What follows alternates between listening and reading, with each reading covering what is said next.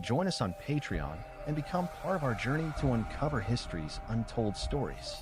Your support helps us create in-depth content, bring hidden narratives to life, and keep history alive for everyone. In the early decades of the 20th century, the world stood on the brink of a new and terrible age of warfare, an age in which weapons no longer relied solely on bullets, bayonets, or bombs, but on the invisible, choking grip of poison gas. The First World War had introduced mankind to this new form of killing, leaving behind haunting images of soldiers with bandaged eyes and lungs burned from the inside. In the aftermath of the conflict, nations swore through international treaties, like the 1925 Geneva Protocol, that such horrors would never again be unleashed on the battlefield. But in the shadows of colonial empires, far from the scrutiny of European cities or international press, those promises began to unravel. It was in the remote corners of the British Empire, deep within the blistering deserts of Africa, that one of the most shameful and little-known episodes in British military history unfolded. Here, under the relentless sun and in the secrecy of military testing grounds, African soldiers, many of them conscripts from Britain's colonies, were used as human test subjects to study the effects of mustard gas and other chemical agents. These were men who had been recruited or coerced into service under the banner of the empire, believing they were fighting for honor, stability, or the protection of their homelands. Instead, they became expendable bodies in the empire's clandestine pursuit of chemical warfare superiority. The British Army, like many powers after the First World War, was determined never to be caught unprepared by poison gas again. But the British faced a practical problem. Chemical weapons were banned for use in warfare, and public opinion at home was sharply against them.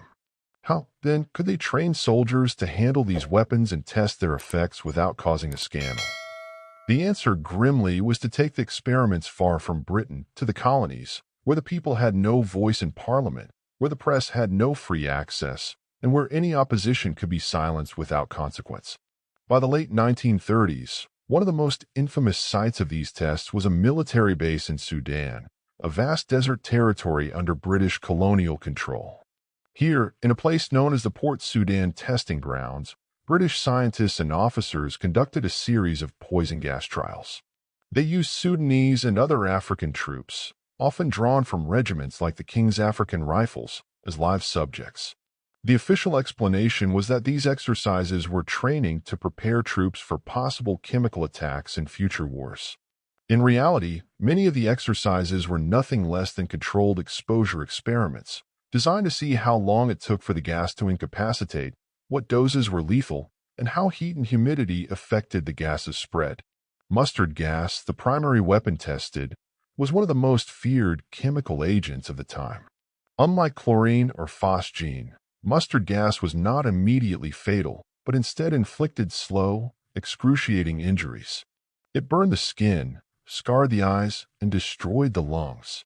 Victims suffered weeks or months of agony, often leading to permanent blindness or respiratory failure. British military scientists wanted to know how these effects manifested in African soldiers specifically, and whether their physiology reacted differently from European troops, a racist pseudoscientific notion that underpinned much of colonial-era medical experimentation.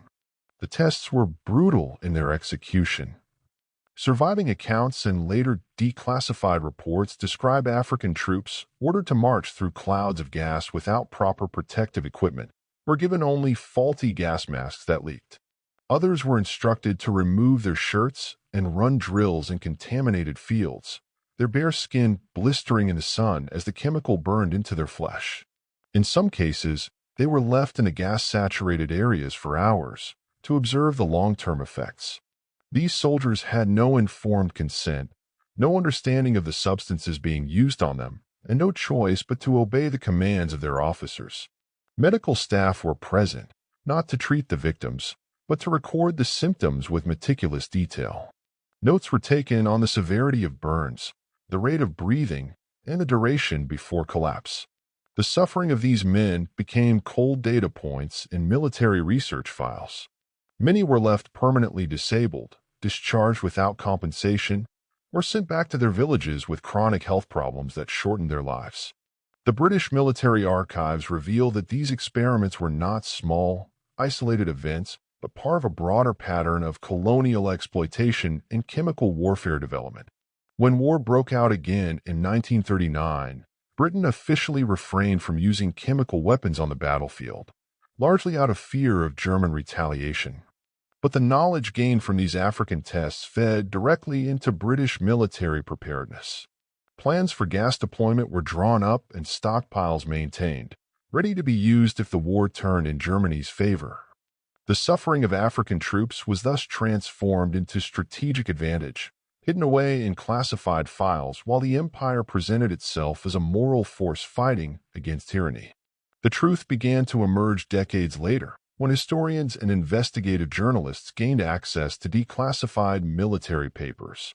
These revealed not only the Sudanese experiments but similar trials carried out in India, Australia, and other colonies. The British government, when confronted, offered only partial acknowledgments and stopped short of formal apologies. Survivors and their descendants were left without justice. Many never even knew the true nature of what had been done to them. The story of Britain's poison gas experiments on African troops remains one of the most haunting examples of how colonial subjects were treated as expendable tools for imperial ambitions. It is a reminder that the history of warfare is not only written in battles and treaties, but also in the hidden suffering of those whose names never appear in official honors or war memorials. These men were not only victims of chemical warfare, they were victims of the very empire they had been told they served. Their sacrifice, unwilling and unrecognized, speaks to a broader truth about the nature of colonial rule, that the lives of the colonized could be gambled away in the pursuit of military advantage without accountability or compassion. Today, as the archives slowly yield their secrets, the least that can be done is to tell their story fully, so that history remembers not only the wars that were fought, but the cruel experiments that were hidden behind them.